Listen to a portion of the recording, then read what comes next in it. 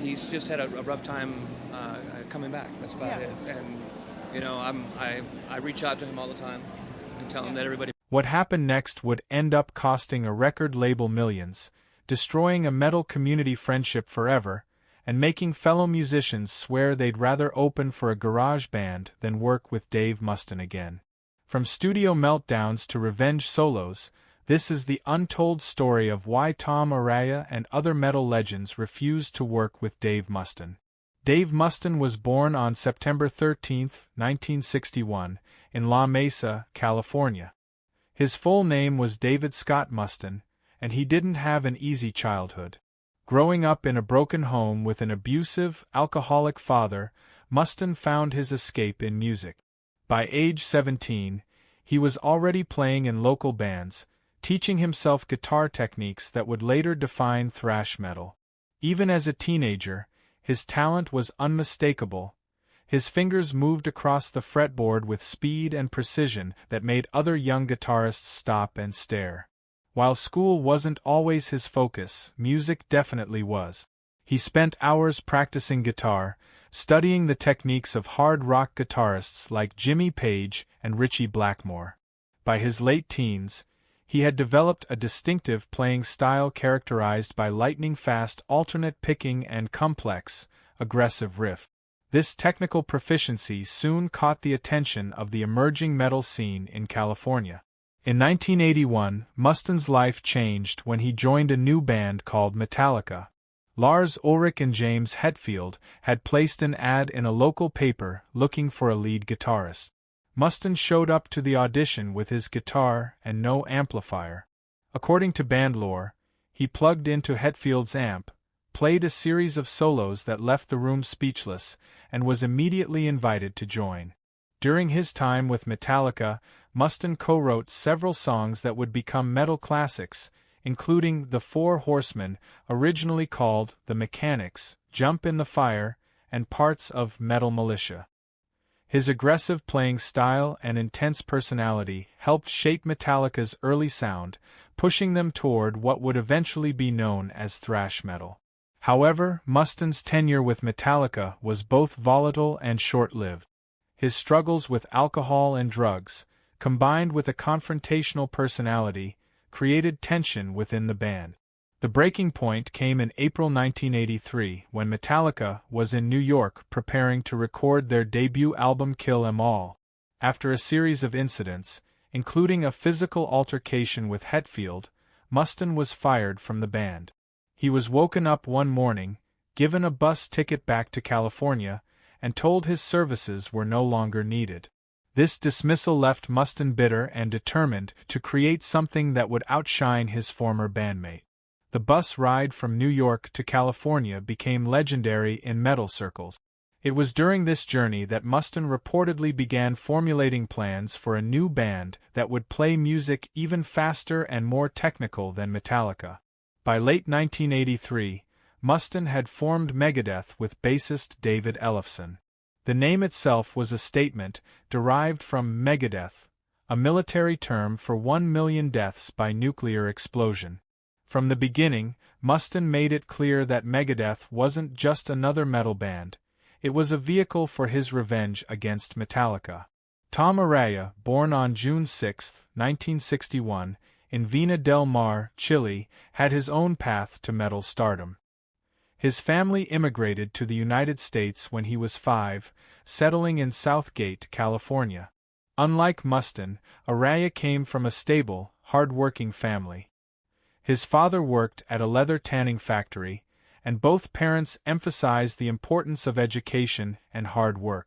Araya's entry into music came through his older brother, who played guitar and introduced Tom to bands like Black Sabbath and Led Zeppelin.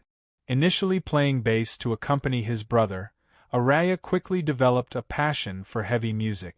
While working as a respiratory therapist, a career he maintained even during Slayer's early years, Araya joined forces with Kerry King and Jeff Hanneman to form Slayer in 1981. By 1986, both Megadeth and Slayer had established themselves as pioneering forces in thrash metal. Slayer's album Rain in Blood, produced by Rick Rubin, was revolutionizing the genre with its unprecedented speed and intensity. Meanwhile, Megadeth had released Peace Sells. But Who's Buying? Showcasing Mustaine's technical prowess and songwriting skills. The thrash metal scene, though competitive, was also collaborative. Bands often shared stages, influenced each other's music, and maintained friendships despite professional rivalries. This spirit of camaraderie led to discussions about potential collaborations between various thrash bands, including the idea of a split release or joint tour featuring Slayer and Megadeth. In late 1986, executives from both Combat Records, Megadeth's label, and Def Jam, Slayer's label, arranged a meeting at a Los Angeles recording studio. The proposed collaboration was ambitious: a split EP featuring new tracks from both bands, followed by a co-headlining tour across North America. For fans, this would have been the ultimate thrash experience. For the labels, it represented significant commercial potential. The meeting was scheduled for 1 p.m. on a Wednesday. Araya, Kerry King, Jeff Hanneman, and Dave Lombardo from Slayer arrived on time, as did the label representatives and studio engineers. Ellefson from Megadeth also showed up promptly, apologetically explaining that Mustaine was on his way. Hours passed. Phone calls went unanswered. The Slayer members, known for their professionalism despite their aggressive music, waited patiently at first, then with growing frustration. Studio time was expensive and the clock was ticking.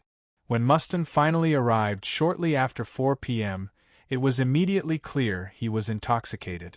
According to multiple witnesses, he stumbled into the control room, interrupted a conversation between Araya and a producer, and launched into a rambling critique of Slayer's production Sound on Rain in Blood. The tension in the room was palpable. King, already known for his directness, responded with a comment about Megadeth's recent performances. Witnesses recall King saying something to the effect of, "At least we can play our songs live without screwing them up." This seemingly offhand remark touched a nerve with Mustaine. What happened next has become infamous in metal circles. Mustaine spotted Kerry King's custom BC Rich Warlock guitar, a distinctive instrument with a jagged body design that had become part of King's signature look. This wasn't just any guitar. It was a custom-built piece with specific modifications for King's playing style, valued at several $1,000s. In a moment of rage, Mustaine grabbed the guitar from its stand, shouted something, witnesses later couldn't agree on the exact wording, and smashed it against a nearby amplifier. The neck cracked, the body splintered, and pieces of the guitar scattered across the studio floor. The room fell silent, except for the sound of the broken guitar parts settling on the floor. Then chaos erupted. King lunged toward Mustaine but was held back by Lombardo and Hanneman.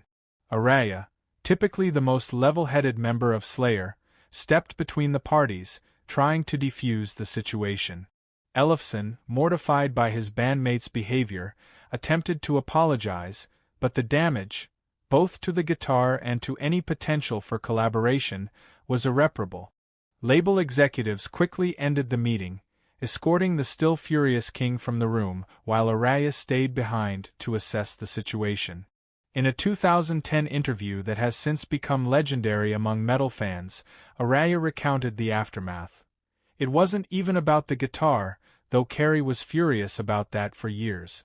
You can replace instrument.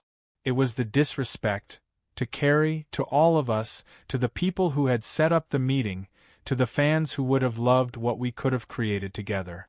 That's what couldn't be fixed. The fallout from the incident was swift and far-reaching. The planned collaboration was immediately cancelled. Combat Records contemplated legal action against Mustaine for jeopardizing the deal, but ultimately decided against it, fearing negative publicity.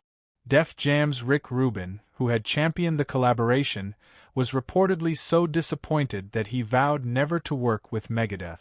The financial impact was substantial. Industry insiders estimated that the cancelled collaboration and tour represented potential lost revenue of $2 to $3 million, a significant sum in mid-1980s music industry terms.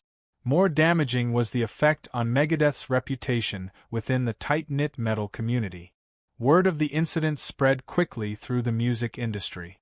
Other bands became hesitant to share bills with Megadeth, fearing similar unpredictable behavior. Promoters, concerned about the reliability of shows, sometimes required additional guarantees or deposits when booking the band. For Slayer, the incident strengthened their bonds with other thrash bands. Araya, King, Hanneman, and Lombardo maintained close relationships with members of Metallica, Anthrax, and Exodus. These connections would later facilitate collaborations like the Clash of the Titans tour in 1990 and 1991, which notably did not include Megadeth on its European leg. Throughout the late 1980s, Mustaine's reputation as difficult to work with continued to follow him. Despite Megadeth's growing commercial success with albums like So Far, So Good, So What, 1988, and Rust in Peace, 1990, many in the music industry kept their distance from frontman Dave Mustaine. The divide between Megadeth and other thrash bands became especially clear in 1991 during the legendary Clash of the Titans tour, which featured Slayer, Anthrax, and Metallica. Though Megadeth was eventually added to the North American leg of the tour, interactions between the bands were strained.